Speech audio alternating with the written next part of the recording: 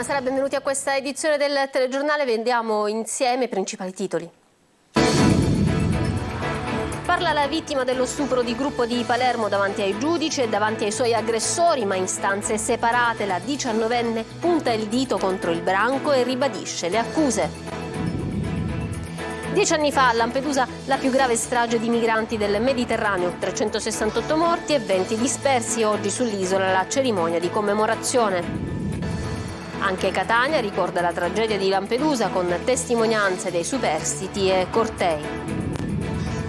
La spazzatura c'è, i netturbini no. Mentre Palermo affoga nell'immondizia, la magistratura indaga su un centinaio di dipendenti assenteisti dell'azienda che si occupa di raccogliere rifiuti. A Furcisicolo, nel Messinese, si è costituito l'assassino dell'ex agente della squadra mobile. Il paese è ancora sotto shock. La sanità siciliana ha i conti in rosso, una voragine di 247 milioni, lo dicono i dati della Corte dei Conti relative al 2022, 15 le regioni indebitate. Calcio, torna la Coppa Italia, al Massimino il derby Catania-Messina. Tabiani e Modica pensano a un ampio turnover per dosare le forze in vista del campionato.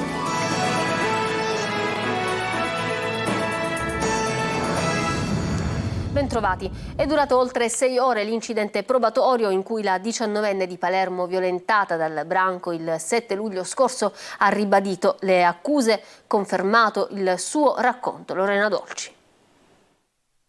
2 stanze diverse, lei in quella che generalmente i giudici usano come camera di consiglio, loro in un'aula del Palazzo di Giustizia. Non fu un rapporto consensuale, ha detto ai magistrati la 19enne di Palermo violentata dal branco il 7 luglio scorso. Un racconto lucido e pacato, in tutto conforme a quello raccolto dai carabinieri e che smentisce ancora una volta la tesi dei difensori. Volevo stare solo con Angelo Flores, ha detto la ragazza, negando di essersi appartata con i 7 per avere con loro un rapporto di gruppo.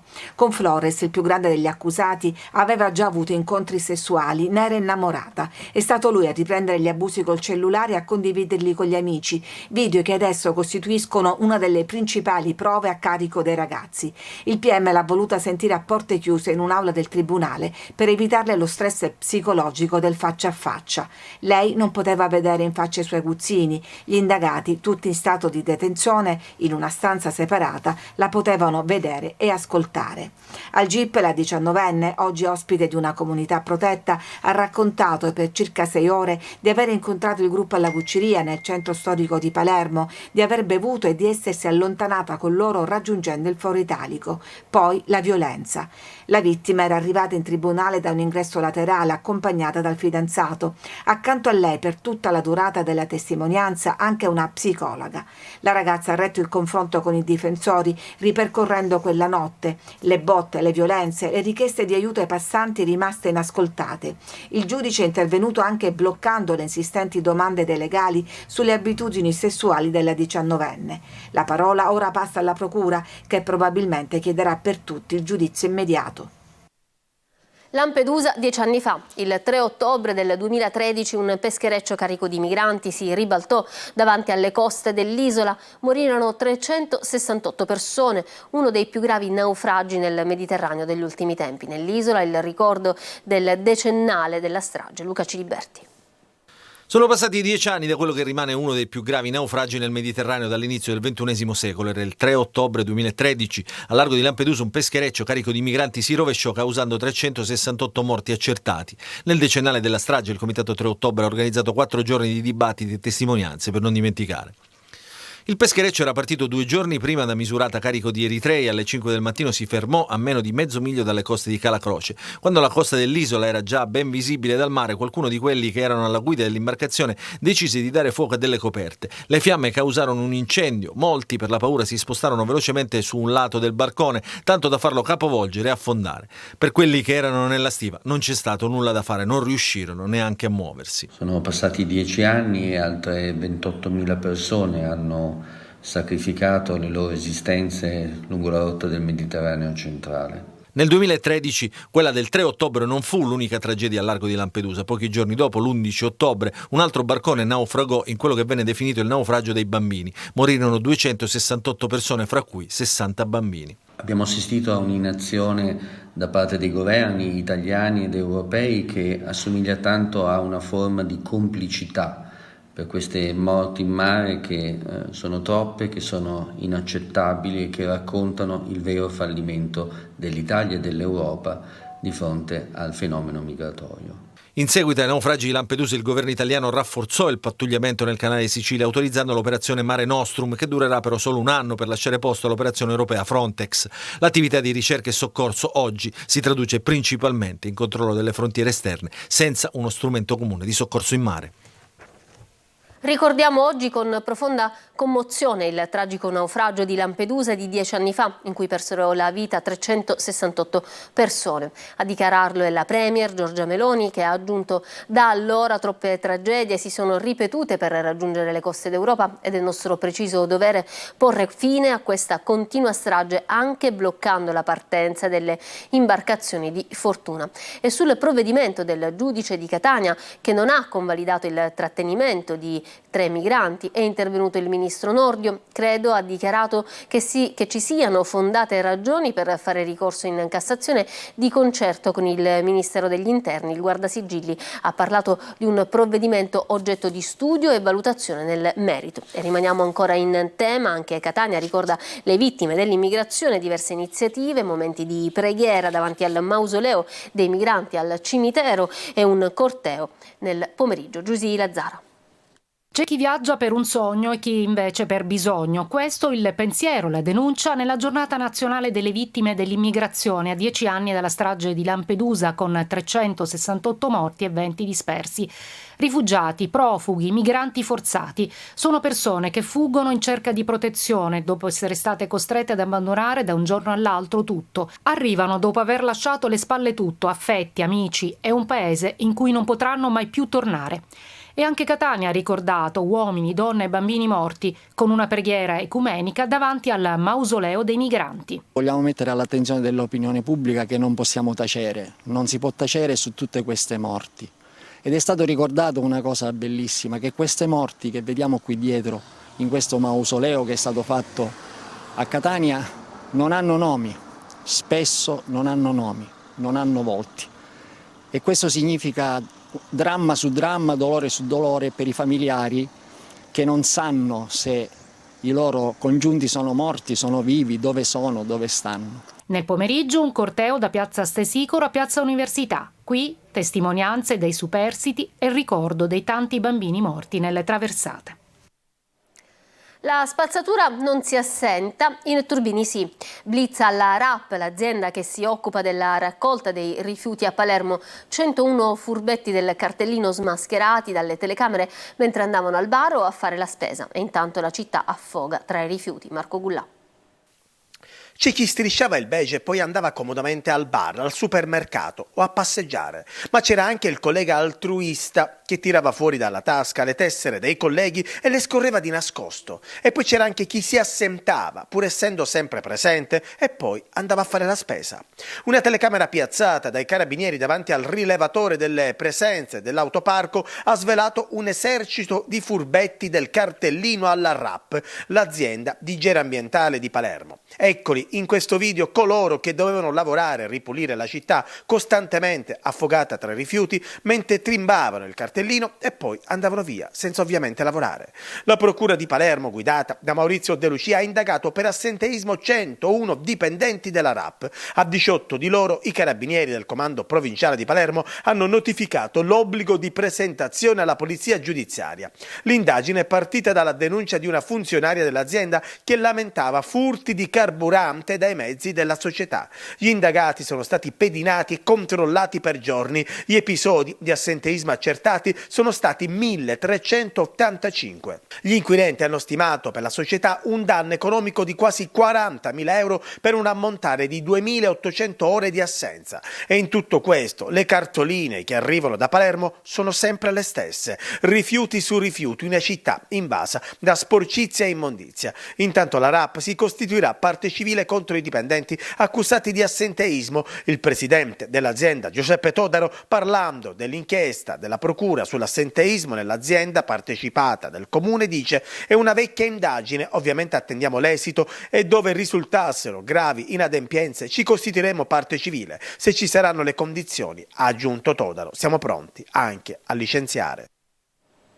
Sgomento a Furci nel Messinese per l'assassinio di un ex agente della squadra mobile. L'autore del delitto si è costituito, ma gli investigatori non hanno ancora svelato il movente. Francesco Triolo. Una comunità sotto shock, quella di Furci Siculo, nel Messinese. Questa mattina sono ancora ben visibili i segni dell'efferato omicidio avvenuto nella serata di ieri sul lungomare, a 2 passi dalla piazza più frequentata. 3, forse 4, i colpi di fucile da caccia che sono stati esplosi da Gaetano Nucifora, il 57enne di Roccalumera accusato di aver ucciso l'ex poliziotto Giuseppe Catania, 63 anni. Tutto avvenuto in maniera plateale, davanti a tanta gente. C'erano gli anziani che lì si radunano per la solita partita a carte, c'era chi faceva jogging sul lungomare o semplicemente una passeggiata.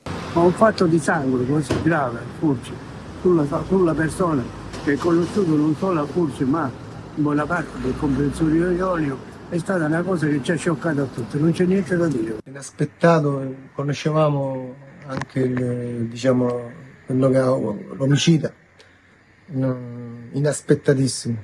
Pippo era una persona bravissima con tutti, amico di tutti. I due si conoscevano da anni, una lunga amicizia, le battute di caccia insieme, ma sotto covava qualcosa non legato al lavoro dell'ex agente della squadra mobile, ma di strettamente privato tra i due, tanto che ieri sera Nucifora è uscito da casa proprio con l'intento di trovarlo. Il 57enne, dopo aver commesso l'omicidio, poi è fuggito, tornato a casa prima di presentarsi ai carabinieri di Roccalumera, che già però erano sulle sue tracce. Ai militari ha consegnato anche il fucile commesso per l'omicidio, quindi nella notte il lungo interrogatorio davanti al pubblico ministero Roberta Laspeme, 2 ore in cui avrebbe ammesso di essere l'autore dell'omicidio e al termine delle quali è stato condotto nel carcere di Gazzi. Il corpo di Catania invece è stato portato all'obitorio dell'ospedale Papardo, dove verrà eseguita l'autopsia. Le indagini sono condotte dai carabinieri della compagnia di Taormina e coordinate dal procuratore aggiunto Vito Di Giorgio della Procura della Repubblica di Messina. La sanità pubblica va verso il baratro. La Sicilia ha i conti in rosso e non si prevedono investimenti nel personale per il prossimo triennio. Lorena Dolci.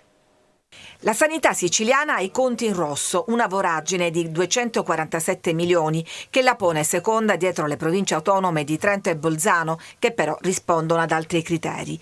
Lo dicono i dati della Corte dei Conti relativi al 2022, che fotografa una sanità in sofferenza con 15 regioni indebitate. 7, fra cui troviamo di nuovo la Sicilia, non raggiungono la sufficienza rispetto all'erogazione dei LEA, i livelli essenziali di assistenza, ovvero le cure e le prestazioni che il Servizio Sanitario Nazionale garantisce ai cittadini gratuitamente o con il pagamento di un ticket. Situazione che i cittadini conoscono bene, costretti ad attese anche di mesi per prenotare esami o visite, finendo spesso per optare per professionisti privati a spese proprie. Un quadro complesso a fronte del quale le stesse regioni chiedono maggiori finanziamenti da parte del Fondo Sanitario Nazionale nella prossima manovra di bilancio. Ma il futuro è ancora più fosco. Secondo una nota della Fondazione Gimbe, la sanità pubblica italiana va verso il baratro a causa del crollo del rapporto tra spesa sanitaria e PIL, che va scendendo dall'attuale 6,7% al 6,1% nel 2026. In altre parole, non si prevede di investire nel personale sanitario per il prossimo triennio, confermando che il rilancio del sistema sanitario nazionale, dice il Gimbe, non rappresenta una priorità politica. La lezione del Covid sembra ormai archiviata e dimenticata. La Cassazione ha confermato la condanna a 30 anni di carcere per i romeni Vasile Lupascu, 48 anni, e il figlio di 23, riconosciuti colpevoli di aver ammazzato a colpi di zappa, spranga di ferro e coltello nell'Agrigentino il connazionale Costantin Pinao, bracciante di 37 anni. L'agguato avvenne l'8 luglio del 2018 a Naro. Collaborazione e ascolto. Si è presentata così il nuovo prefetto di Siracusa, Raffaella Moscarella, 60 anni, originaria di Portici, era vicario del prefetto di Roma, Francesco Aloi. Siracusa ha un nuovo prefetto, Raffaella Moscarella, 60 anni, originaria di Portici nel napoletano, prende il posto di Giusy Scaduto, che dopo 4 anni va a Lucca. Appena arrivata definisce la città come una bellezza straordinaria. Direttamente ho avuto la possibilità di vederla, sia pure in maniera abbastanza veloce, ma mi è bastato per capire che è un territorio splendido, una bellezza straordinaria. La nuova rappresentante del governo arriva da Roma, dove è stata vicario del prefetto. Ha già incontrato il sindaco Italia ed i vertici delle forze dell'ordine per un primo quadro sulla città. Ci siamo ripromessi di rivederci, questo anche con il questore e il comandante provinciale dei Carabinieri, di rivederci in un comitato magari già la prossima settimana per condividere quelli che sono un po' i temi sui quali dobbiamo lavorare insieme. Uno dei temi più delicati da affrontare è sicuramente quello dell'immigrazione, che sicuramente coinvolge un livello locale ma anche un livello centrale ovviamente importante. Io l'ho vissuto sinora dall'altro lato del tavolo, ricevendo i migranti che sbarcavano a Siracusa e che poi venivano distribuiti sul territorio, e questo mi aiuterà certamente nella gestione di questo fenomeno, invece che qui presenta aspetti particolari. Qui c'è una presenza che è un pochino più, più ridotta nel tempo, ma sicuramente più concentrata. Fuochi d'artificio a tutte le ore, soprattutto nelle periferie della città, è un'altra problematica da attenzionare.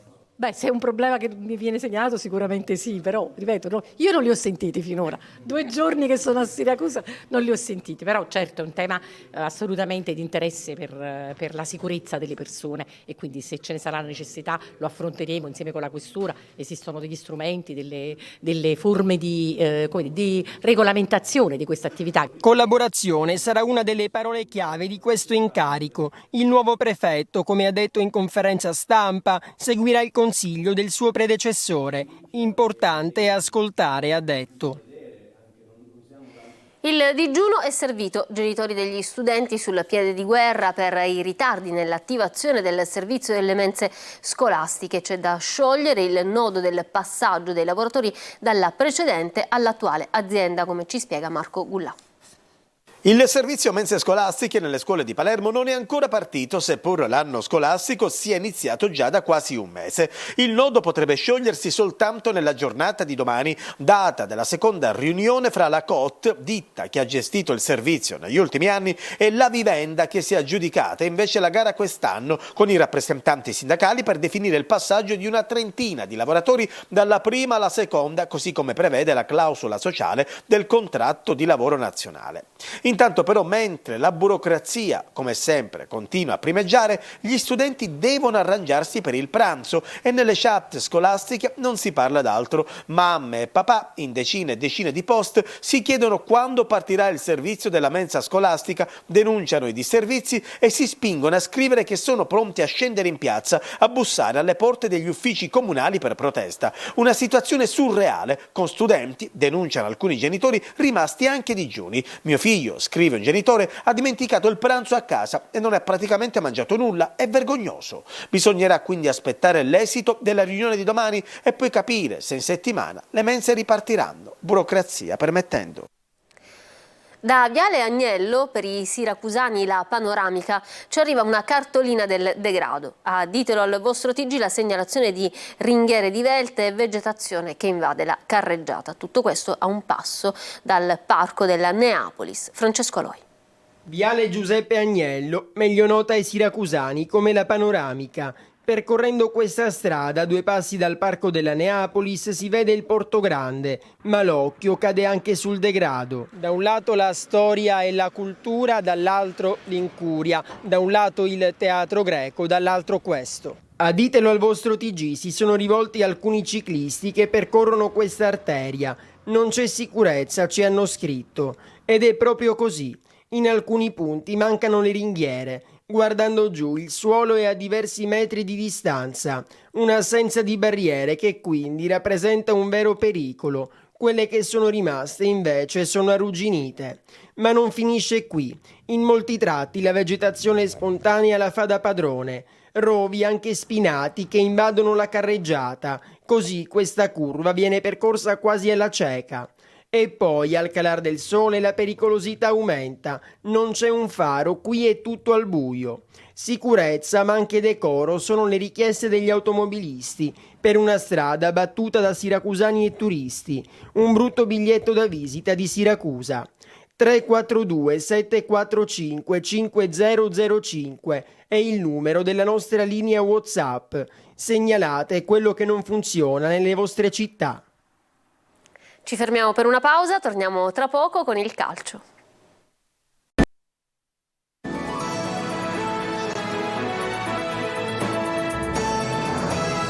Ritorniamo in studio con lo sport, il calcio, perché domani sarà una giornata di derby per Catania e per Messina, che si tuffano appunto nella Coppa Italia. Tabiani e Modica potrebbero puntare al turnover in vista degli impegni ravvicinati in campionato. Divieto di trasferta per i tifosi giallorossi. Donino De Mano.